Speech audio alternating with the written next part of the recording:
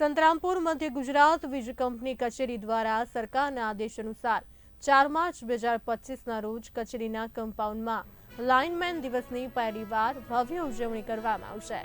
સંતરામપુર શહેરમાં આવેલી મધ્ય ગુજરાત વીજ કંપની કચેરી દ્વારા પહેલીવાર લાઇનમેન દિવસની ઉજવણી કરવામાં આવવાની છે। આ કાર્યક્રમ 4 માર્ચ 2025 મંગળવારના રોજ બપોરના 3 થી 5 વાગ્યા દરમિયાન યોજાશે। આ કાર્યક્રમમાં ખાસ મહેમાનો પણ ઉપસ્થિત રહેવાના છે। તેઓની હાજરીમાં મધ્ય ગુજરાત વીજ કંપનીના કર્મચારીઓ લાઇનમેન દિવસને ઉજવવા માટે અનેક શાનદાર કાર્યક્રમો રજૂ કરશે।